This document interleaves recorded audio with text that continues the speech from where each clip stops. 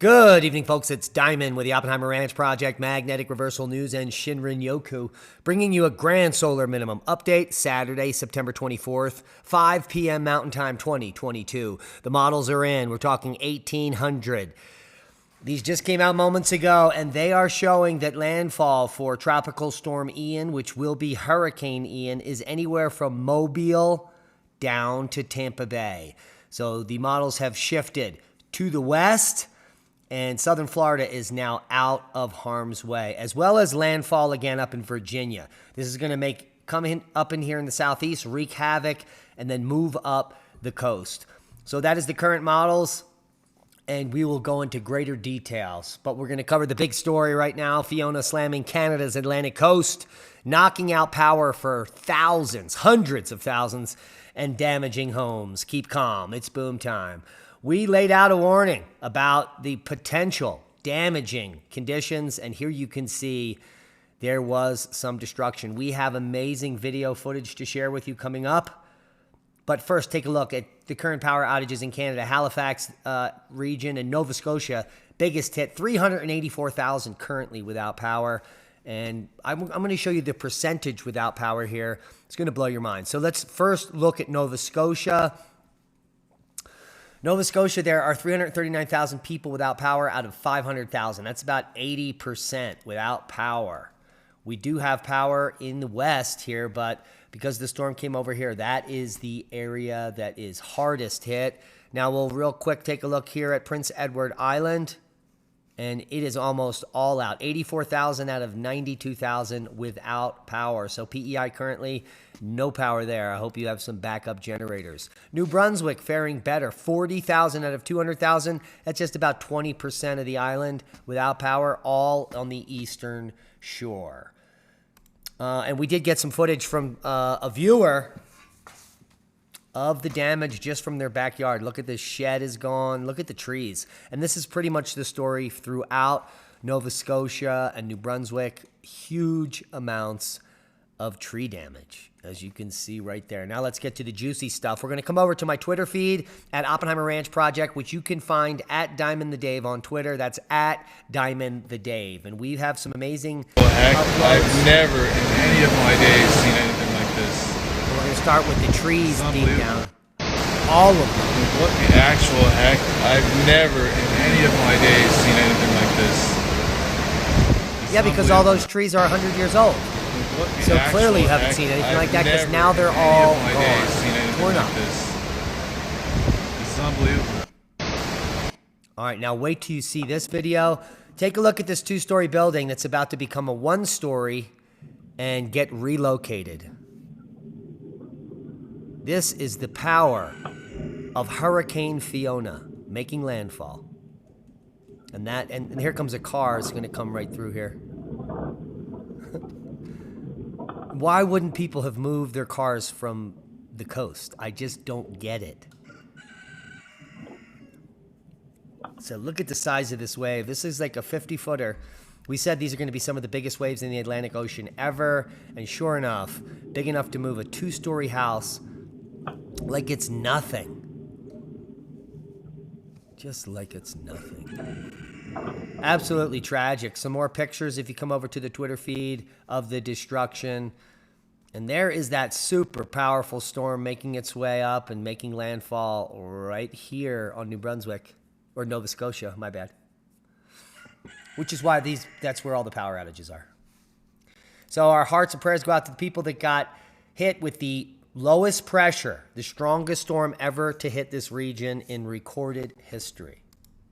Now let's move on to Tropical Storm Ian as it strengthens in the Caribbean and tracks towards Florida.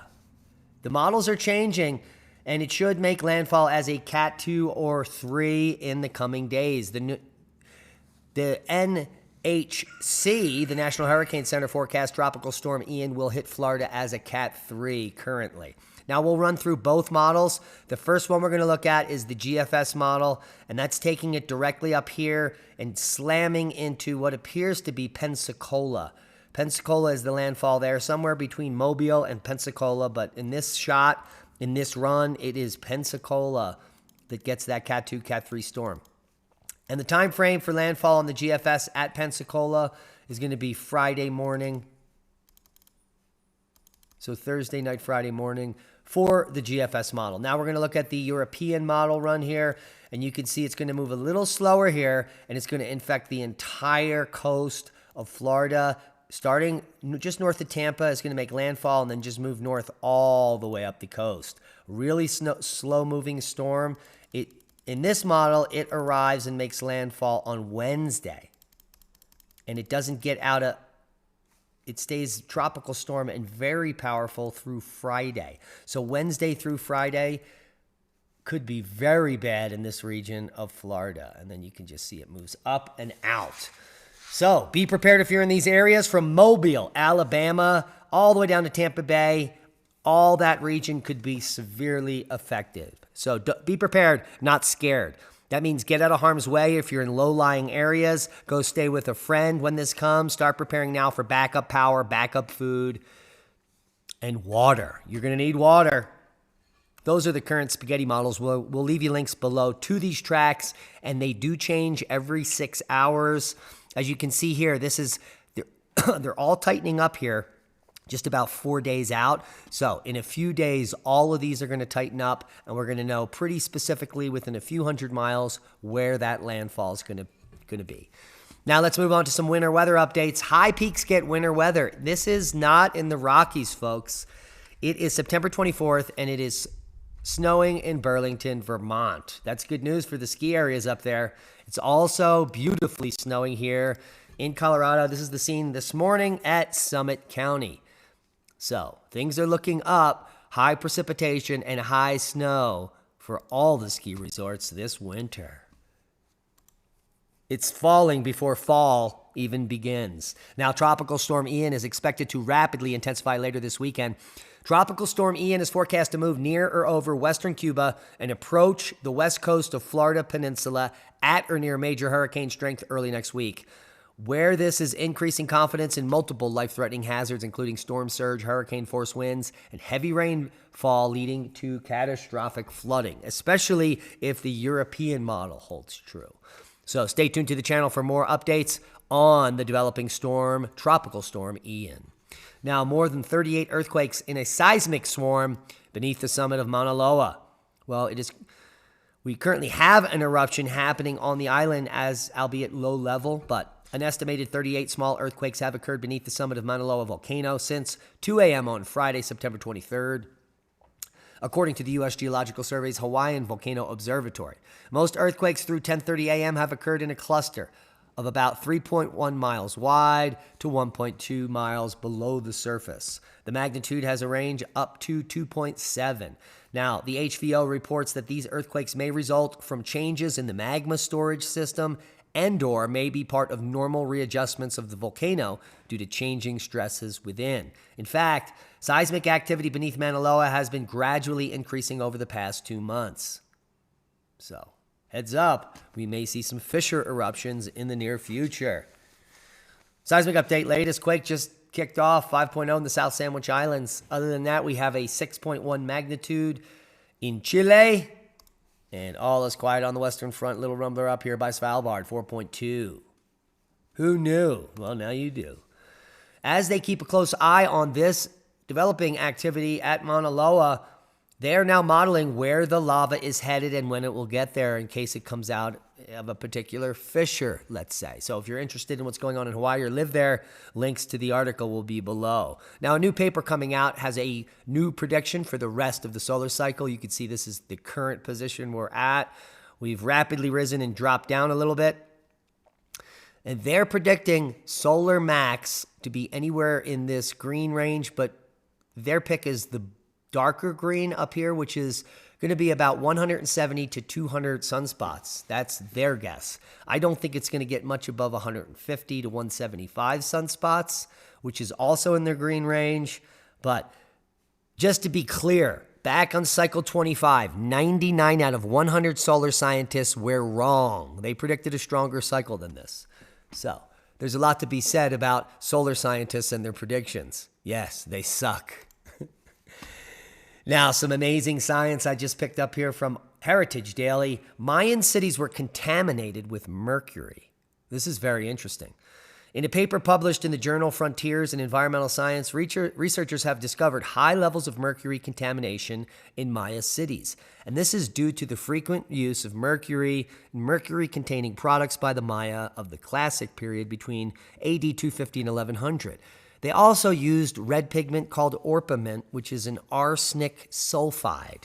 So they're painting with mercury and arsenic. It is no wonder the Mayan civilization crashed and burned. In fact, some of the subsurface sampling or the soil sampling has levels of mercury that would literally quarantine cities. 17.16 parts per million at Tikal. Anything above 1 part per million is the toxic effect threshold. So don't go digging around in the dirt if you go down into some of these Mayan sites like Tikal. And don't go there on a dusty day either. Now, leading climate scientist says the IPCC's talking points are increasingly implausible. Like a broken record. We've been saying this since the very first video we've ever made. But now a prominent climate scientist has warned that the picture of climate change presented in the IPCC's narrative is simplistic, ill-conceived, and undermined by observational evidence. In other words, all of the predictions they've made over the last decade, when we look at what's happened, they are all completely false. And amazingly enough, Richard Lindzen has a new discussion paper. He's from the Massachusetts Institute of Technology, MIT, and he points out that the official picture, focusing narrowly on carbon dioxide as a warming agent, is absolutely asinine. And here we're going to leave you the 30-page paper that Richard wrote for free. An assessment of the conventional global warming narrative. And that should be an interesting read, shall it? Now, sturdy comfrey thrives anywhere and feeds everything in your garden. This is a great permaculture tool. This is a persistent, sturdy taproot plant, comfrey. And what it does is it takes its taproot deep into the earth beneath your garden, beneath the soil, and it harvests minerals and brings them up into the stems and leaves. So if you chop and drop this, it is literally free fertilizer. Now, in the lexicon of permaculture, comfrey is known as a dynamic accumulator. The resilient taproot that makes it very enduring delves deep, mining the subsoil for micronutrients and minerals such as potassium, phosphorus, calcium, iron, and magnesium, which are then stored in the plant's biomass. And turns out, comfrey is a viable source of homegrown fertilizer if you just want to chop and drop. And that is your permaculture tip for the day. And that's a boom to knowledge. Proper prior planning prevents piss poor performance. Stay tuned to the channel for updates on the developing tropical storm Ian and its impact to the U.S. If anything changes drastically, we will be right on air with a new update. Thanks to all our one-time donors, our Patreons who help support the work we do. Consider becoming a Patreon or a hero and just share this video. We love you. And that's a boom.